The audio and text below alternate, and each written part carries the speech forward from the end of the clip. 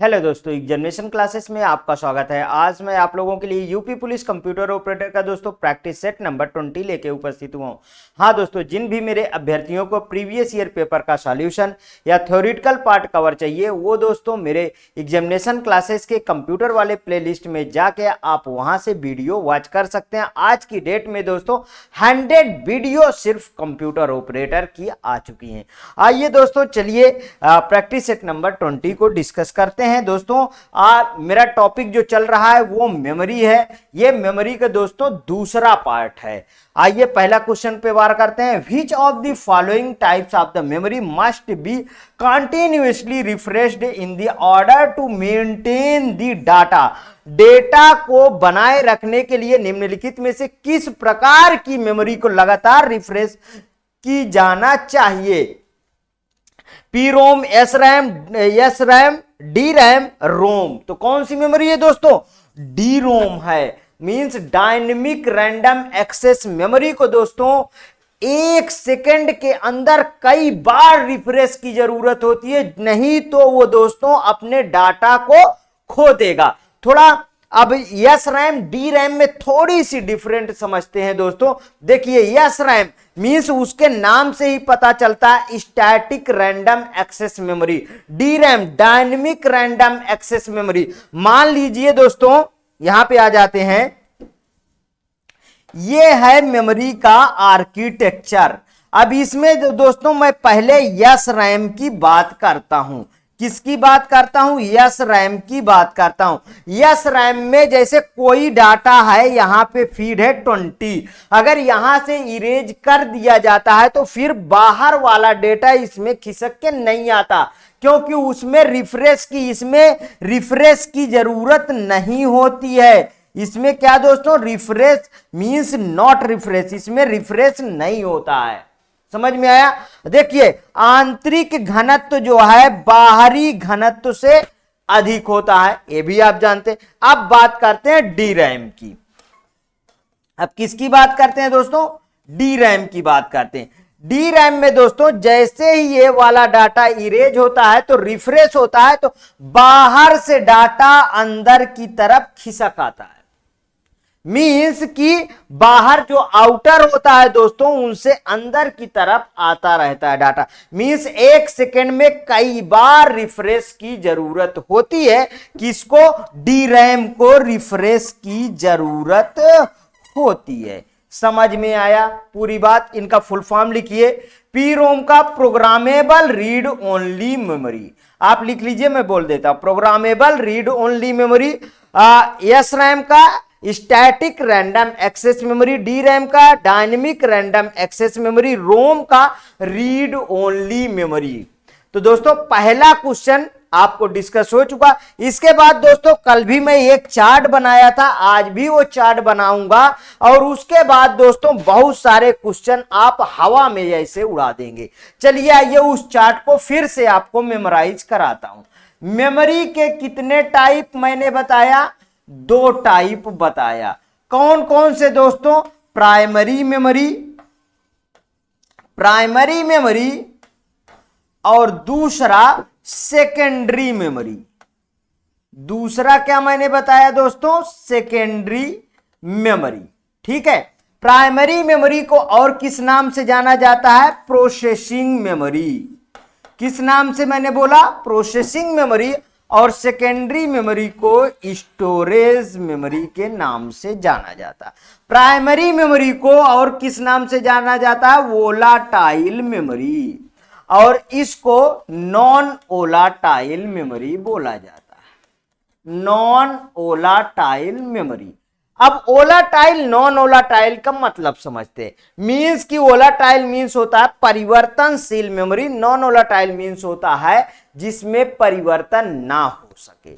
यहां पे देखिए, प्रोसेसिंग मींस कंप्यूटर ऑन होने के दौरान ही ये मेमोरी काम करती है। मींस इसमें जो डाटा होता है दोस्तों, वो सिर्फ और सिर्फ कंप्यूटर जितनी देर आप ऑन रखते हैं उतने समय तक होता है, उसके बाद फिर से इसका डाटा साफ मींस इरेज हो जाता है। इसमें कंप्यूटर ऑन हो ऑफ हो इससे कोई मतलब नहीं, इसमें परमानेंटली डाटा स्टोर होता है। समझ में आया? आगे चलते हैं। अब आता है दोस्तों इसके फिर से दो टाइप, रैम और रोम के। Means random access memory, read only memory. RAM के दो पार्ट आते हैं, एस रैम जिसको हम अभी डिस्कस कर रहे थे, स्टैटिक रैंडम एक्सेस मेमोरी, और यहां पे D RAM, dynamic random access memory. ROM के तीन पार्ट होते हैं, पी रोम दोस्तों, means programmable read only memory, और EP ROM, EP ROM erasable programmable read only memory. उसके बाद आता है दोस्तों EEP ROM, EEP ROM means electrically erasable programmable read only memory. Secondary memory के दो पार्ट आता है, कौन कौन से? एक तो मैग्नेटिक मेमोरी, मैग्नेटिक मेमोरी, और दूसरा होता है दोस्तों ऑप्टिकल मेमोरी। अब समझिए, मैग्नेटिक में आता है टेप ड्राइव वगैरह, टेप आता है, एचडीडी आता है, ये सब आते हैं, हार्ड डिस्क वगैरह। ऑप्टिकल में सीडी, डीवीडी, ये सब आता है। अभी इसमें समझिए, यहां पे जो दोस्तों रोम मैंने बताया ये कैसा है, ये देखिए प्राइमरी मेमोरी ओलाटाइल है, बट रोम क्या है? नॉन ओलाटाइल मेमोरी है। क्या है दोस्तों? Non volatile memory, means permanently data इसमें स्टोर होता है। ये मैन्युफैक्चर के दौरान रोम में प्रोग्रामर किया जाता है। इसका बेस्ट एग्जांपल है दोस्तों, इसका बेस्ट एग्जांपल है क्या?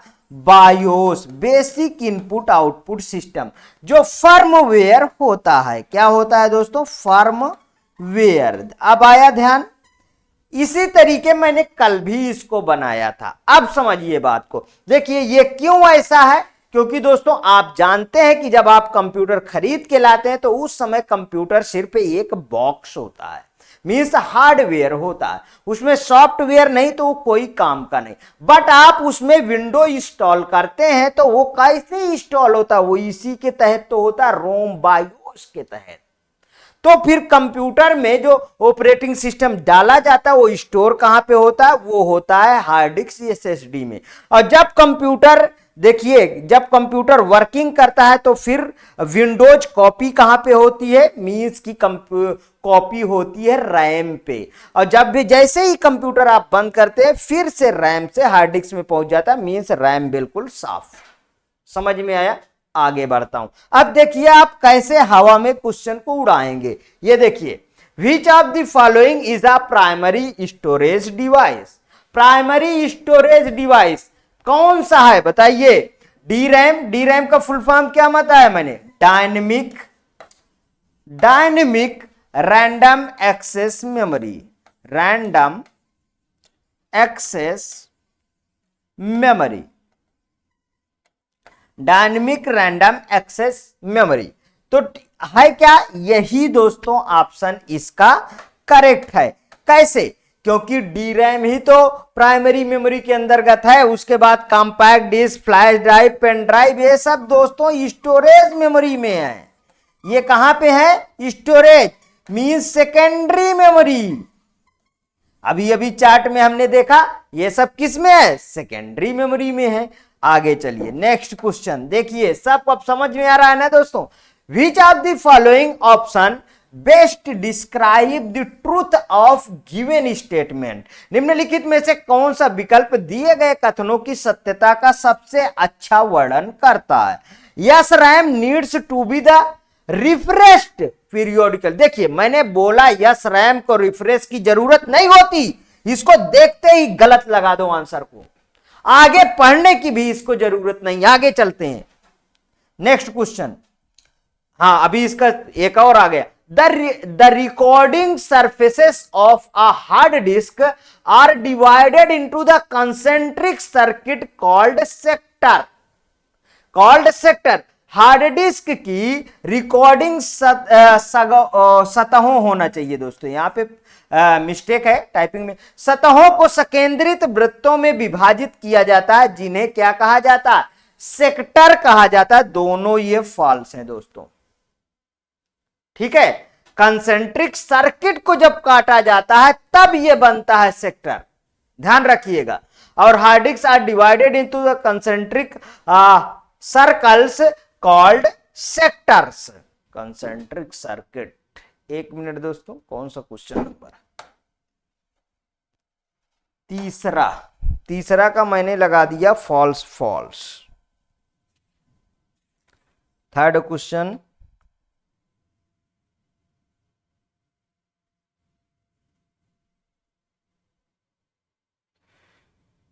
हार्ड डिस्क की रिकॉर्डिंग से तो हाँ दोस्तों, इसका थोड़ा सा डिस्क्रिप्शन देखिए।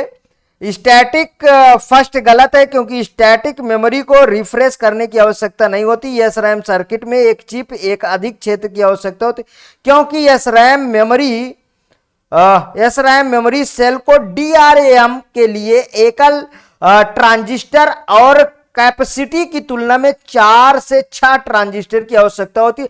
हार्ड डिस्क की रिकॉर्डिंग सतह को संकेंद्रित वृत्तों में विभाजित होती है, उन्हें ट्रैक कहते हैं, ट्रैक सेक्टर में विभाजित है, अतः स्टेटमेंट सेकंड भी गलत है। हाँ, कंसेंट्रिक सर्किट को जब डिवाइड किया जाता है तो उसको क्या बोला जाता है दोस्तों? उसको ट्रैक बोला जाता है।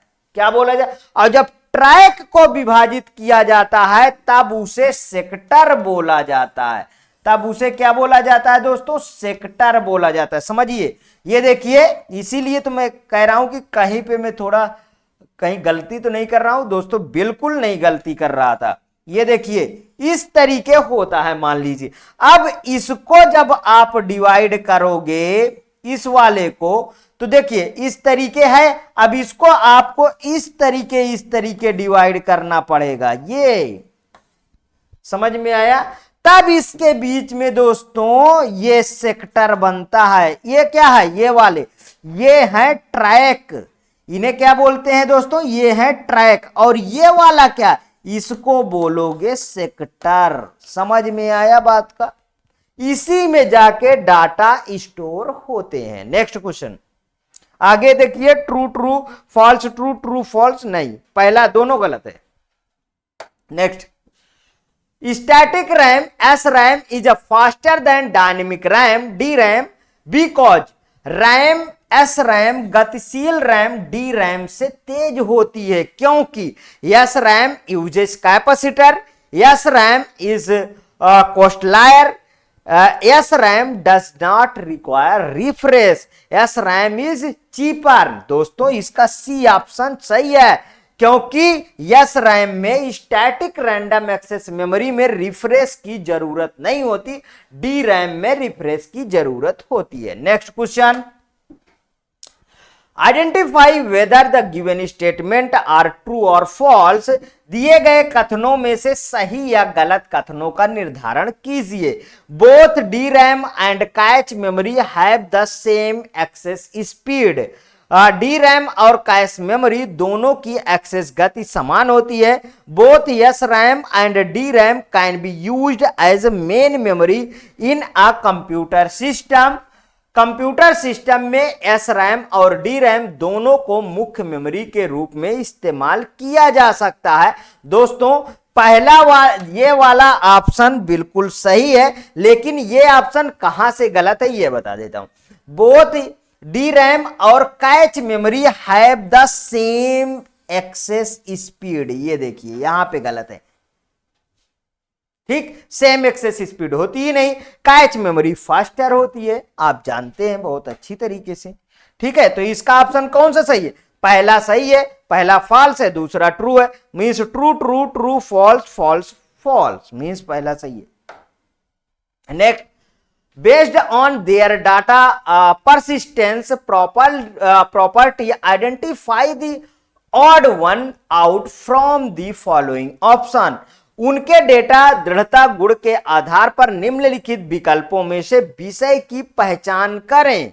SRAM, EEPROM, EPROM की PROM। देखिए दोस्तों, ये तीनों पार्ट किसके हैं? ये है रोम के पार्ट। और क्या पूछा? Based on their data persistence property identify the odd one out from the following option. मतलब चारों में डिफरेंट पूछा है, तो SRAM बिल्कुल सही है। यस रैम किसका पार्ट है दोस्तों? रैम के, मैंने क्या रैम के दो पार्ट बताया था, यस रैम और डी रैम, याद आया? तो इसमें कौन सा सही है दोस्तों? ये वाला ऑप्शन सही हो जाएगा। Next question, dynamic RAM D RAM is slower than static RAM because गतिशील रैम स्थिर रैम से धीमी होती है।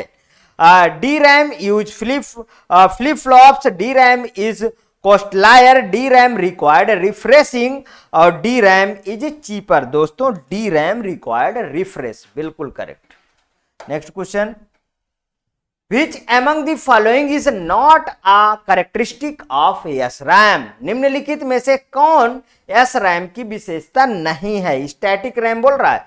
Each cell in SRAM is made of flip-flop that the stores 1 bit. ये दोस्तों ये बिल्कुल सही है, नहीं पूछा है, नहीं के अकॉर्डिंग आपको आंसर बताना। It needs to be refreshed many times a second. देखिए यस रैम रिफ्रेश की आवश्यकता नहीं होती है। क्वेश्चन पकड़िए, यही सही है। ठीक, क्वेश्चन में क्या कह रहा है, ऑप्शन में क्या लिखा है, उसको पकड़ के तभी लगाना होगा। इसे 1 सेकंड में कई बार रिफ्रेश, देखिए कई बार रिफ्रेश होता ही नहीं। सी में आ जाइए, it has shorter read write cycle as compared to D RAM, ये भी सही है। ठीक, yes RAM is used in specialized application, ये तो सही है ये। ठीक है, next question,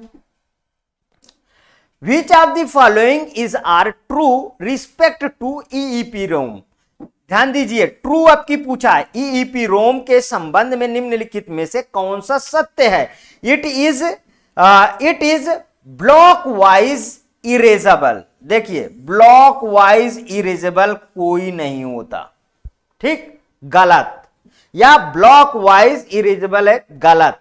it is byte wise erasable, बिल्कुल सही।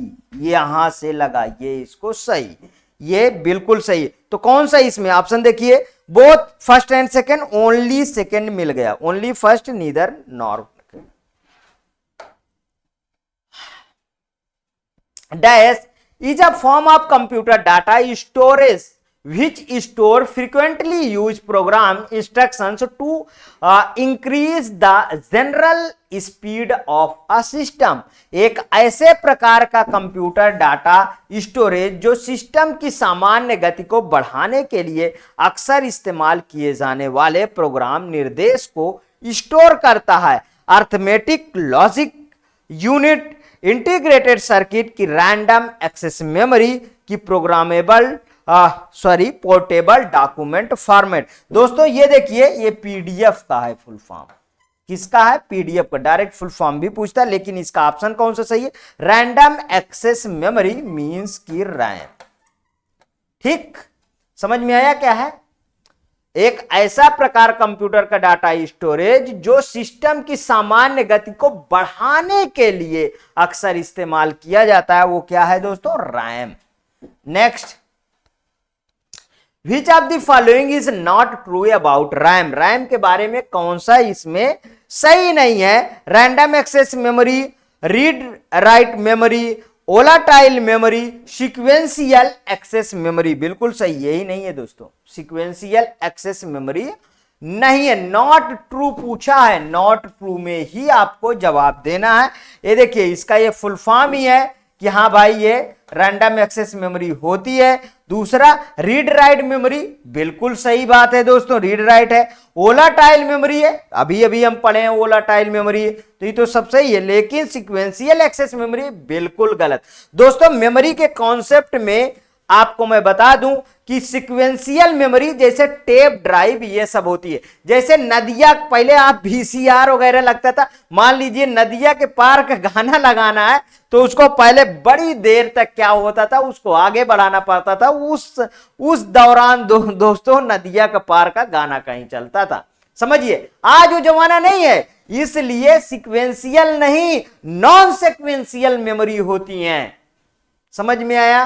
कहीं से भी रिमोट दबाओ चल जाता है। तो आज का मेमोरी क्या है, नॉन सीक्वेंशियल मेमोरी है। वह जब नॉन सीक्वेंशियल है मींस उतने फास्ट मेमोरी होगी, सीक्वेंशियल कभी भी फास्ट मेमोरी नहीं हो सकती है, ये ध्यान रखिएगा। Next question, in the word EDO RAM what is the full form of EDO? EDO RAM शब्द में ईडीओ का पूर्ण रूप क्या है? Expanded data origin, expanded dynamic output, expanded dynamic की एक्सटेंडेड डाटा आउटपुट। तो दोस्तों इसका कौन सा सही है? एक्सटेंडेड डाटा आउटपुट होता है, इसी को बोलते हैं दोस्तों ईडीओ, ध्यान रखिएगा। Next question, permanent memory of a computer is known as? किसी कंप्यूटर के परमानेंट मेमोरी को क्या कहते हैं? रैम कहते हैं, सीडी रोम कहते हैं, कि रोम कहते हैं, कि सीपीयू कहते हैं? तो दोस्तों इसको क्या कहते हैं? रोम कहते हैं। अभी अभी हमने जब डिस्कस किया तो रोम को ही मैंने क्या बोला दोस्तों? रोम को ही मैंने बोला नॉन वोलाटाइल मेमोरी। क्या बोला था दोस्तों? Non volatile. रैम का फुल फॉर्म लिख लीजिए random access memory, CD ROM का लिख लीजिए compact disc read only memory, और सीपीयू का लिख लीजिए central processing unit. Next, non volatile memory is a type of computer memory that can retain stored information even when the computer is। Non volatile memory एक प्रकार का computer memory है जो computer के डैश भी स्टोर की गई जानकारी को बरकरार रख सकती है। नॉट प्रोसेस्ड, इंटरमीडिएटरी पावर्ड कि नॉट पावर्ड? तो दोस्तों क्या है इसे? Not powered. Next question, The process of mapping of logical address is known as। वास्तविक भौतिक पतों के लिए तार्किक नहीं होता दोस्तों, तार्किक होता है। तार्किक पतों के मानचित्रण के प्रक्रिया के रूप में माना जाता है। Address space identification addressing mode बोलते हैं, कि एड्रेस बाइंडिंग कहते हैं, कि एड्रेस अचीव कहते हैं। तो दोस्तों इसे बोलते हैं एड्रेस बाइंडिंग बोलते हैं। थोड़ा समझिएगा, the power of mapping of logical address is known as address binding. Next question, बहुत अच्छा क्वेश्चन है ये। The purpose of the instruction register is to, ये निर्देश रजिस्टर का उद्देश्य है, क्या है? यहां है होता है नहीं, टाइपिंग मिस्टेक है। Keep account of the number of executing program, keep account of control register. Next, hold the machine instruction, यहां पे सी होगा। Hold the machine instructions that is currently being यहां पे दोस्तों बीइंग एक्यूरेटेड होना चाहिए, ठीक। होल्ड द मशीन से instructions that is currently being executed, वर्तमान में निष्पादित। रुकिए दोस्तों 1 मिनट, ठीक, इसको काट के लिखिए, एग्जीक्यूटेड है,